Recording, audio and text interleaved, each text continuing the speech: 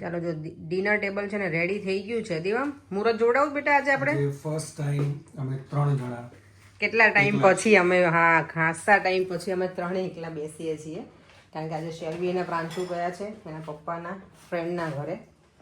હમણાં જ ગયા છે એટલે અત્યારે આવી જવાના છે સાંજે તો 4-5 કલાક માટે જ ગયા છે એ લોકો પણ ડિનર ત્યાં કરવાના છે એટલે આજે અમે જ છીએ ખાલી હું પતંગ અને દીવમ. દીવમ એ શું કરે બેટા તું? બબલ્સ વાળો. ચાલો સરસ મજાનું છે ને મગનું શાક બનાવ્યું છે, ચટણી છે, ઓનિયન છે, અથાણું છે અને છાશ. અને આ નથી ખાવાનું. કોણ નથી ખાવાનું?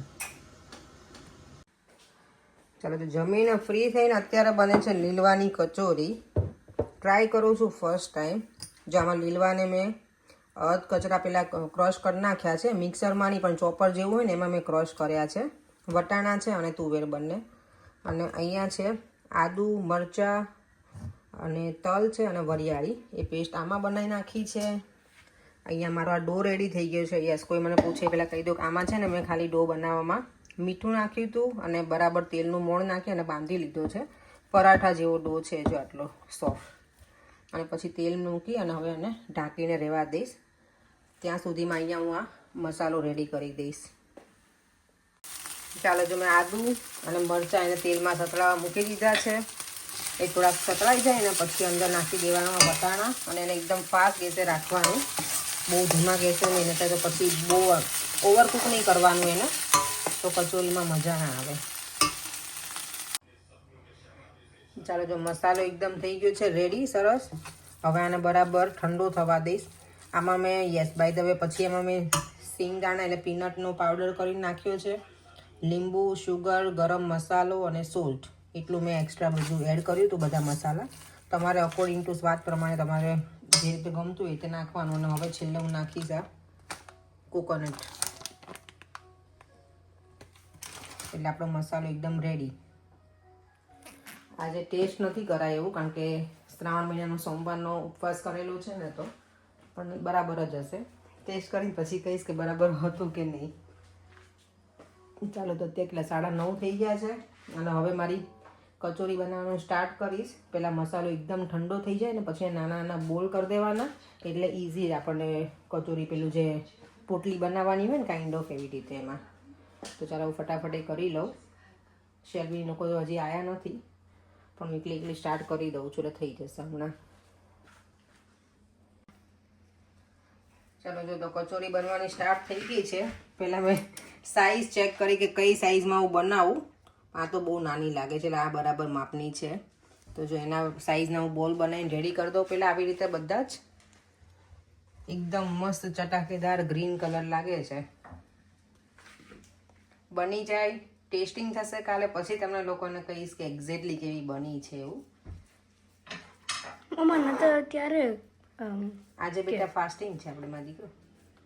મંડે કર્યો છે ને આપણે એટલે ઓકે. જો બધા બોલ મેં બનાવીને રેડી કરી દીધા છે એટલે હવે આ ઇઝી થઈ જાય. આ તો જો એટલી ક્યુટ બની છે નાની એવી. ચાલો હવે સ્ટાર્ટ કરી દઈએ બનાવવાનું. અને જો આ મેં છે ને મોટી પૂરી બનાવીને આનું મેઝરમેન્ટ લઈને અને કરી નાખું છું. પછી થોડી વણું છું એટલે પતલી થઈ જાય પૂરી. આ બાય ધ વે ઓમે મને કરી આપી છે. આ ઓમે મને હેલ્પ કરી જ પૂરી બનાવવામાં. હવે પાછા બંને જો જમવા બેસી ગયા છે. હા તો કરાય એટલે કેવાય ને. હવે તું કરાવે તો તારું કવ જ છું લોહી પીતો તું. તમે કરો પૂરી ખબર પડે કેમની બને છે કામ આમ કે ક્યુટ નહીં બને. તમે પકોડી બોલી મારી પકોડી નહીં બોલી. તમે કહેતા હતા હાલ ને બાય ધ વે શાક કેવું બન્યું છે ઓમનું તો ફેવરેટ છે જ. 7 દિવસ આપે તોય ચાલે હે ને. અને આને આપણે મોડું ખાવાવાળાને તીખું ઓછું તીખું વધારે હે તીખું વધારે મોડું મીઠું ઓછું ને.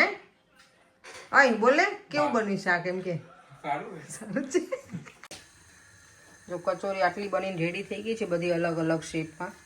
હવે આઈ હોપ કે આ ફાટવી ના જોઈએ. જ્યારે તેલમાં જાય ને ત્યારે થોડી હાફ જેટલી હું ડીપ ફ્રાય કરીશ અને પછી એને ફ્રોઝનમાં જવા દઈશ તો જોઈશું કે કેવી બને છે. પછી અહીંયા જો મેં તેલે મૂકી દીધું છે. કચોરી બનાવીને અહીંયા રૂમમાં આવીને તો છોકરાઓ જો અત્યારે કાર્ડ ગેમ રમે છે. કેટલા 11:15 થઈ ગયા. તમારે સૂવું નથી આવું બેને? આ ગેમ પતે પછી કેટલી વાર લાગશે તમારા ગેમમાં બોલો હવે? લાગશે થોડી ખબર ત્યાં સુધી આ ડેટ ફિનિશ નહીં થાય ત્યાં સુધી. ના આ બધા કાર્ડ જતા રહે પછી ચલો બેટા હવે પછી સવારમાં વહેલા જાગવાનું. હજી તમે ઉપર જઈને શેલવી આ જાગવાનું નથી હો તમારા લોકોને. સૂઈ જજો બેટા ને દેવા. ચલો હવે બધાની સવાર 11 વાગે પડે છે. હા આ તો પ્રોપર શું કહેવાય હોલિડે પ્લાનમાં જ છે બે ભાઈ બહેન તો પ્રોપર 11 વાગે જાગે. દેવમ તો જાગી જાય વહેલા.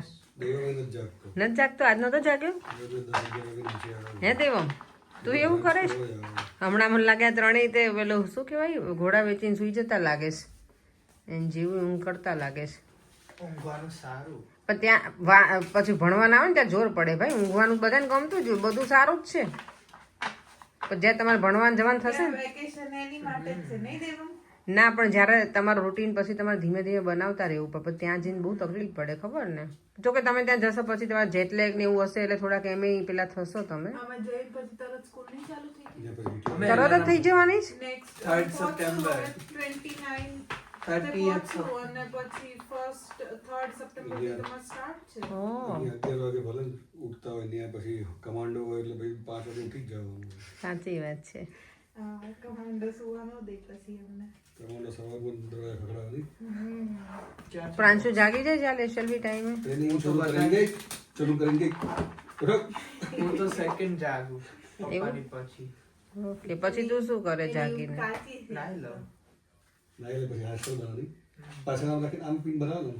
નાઈ ધોઈને તૈયાર થઈ નાસ્તો કરી પાછળ પછી જતા પેલા હેરસ્ટાઈલ ચેન્જ કરવાનું. હવે તમે રોજ બોલ બોલ કરો છો, કરો ત્યારે હાચા. ટાઈમ મળે તો આવતો નથી હાથમાં. અહીંયા જોઉં છું તમે બાજુમાં તો જેલ બેલ નાખીને આડી પાછી રાખીને ઊભા ગુસ્સો પડવાનો છે. ગુસ્સો નો કહેવાય એને. ગુસ્સો ગુસ્સો શું પર્યંગ પણ હવે ગુસ્સો એટલે એંગ્રી કહેવાય. અમે તો ગુસ્સો જ કહી ગયા અમે તો. ના ના અમે એને એમ કહેતા ફૂગો પાડ દે. ના ના હતા ને ત્યારે. કરવાની છે તારી. ઓકે કે હવે કરી દો આ. પ્રાંશુ પાછળ પર તો કેટલાક વધે વાળ બેટા જોવા દે તો હવે. જોત ખરી ઓલા હુગડીન માળા જેવા પાછળના વાળ. અને આમ જો આ મારો રાજા બાબુ. ચલો હવે ચલો બેટા. મારું પેલું ક્યાંથી મારું નિકનેમ કરી રાજુ બાબા? નીક નહીં રાજા બાબુ. દેવને ઊંધી પાથી બરાબર લાગે છે. તો હું કહેતો હોય સાચું જ કહેતો હોય.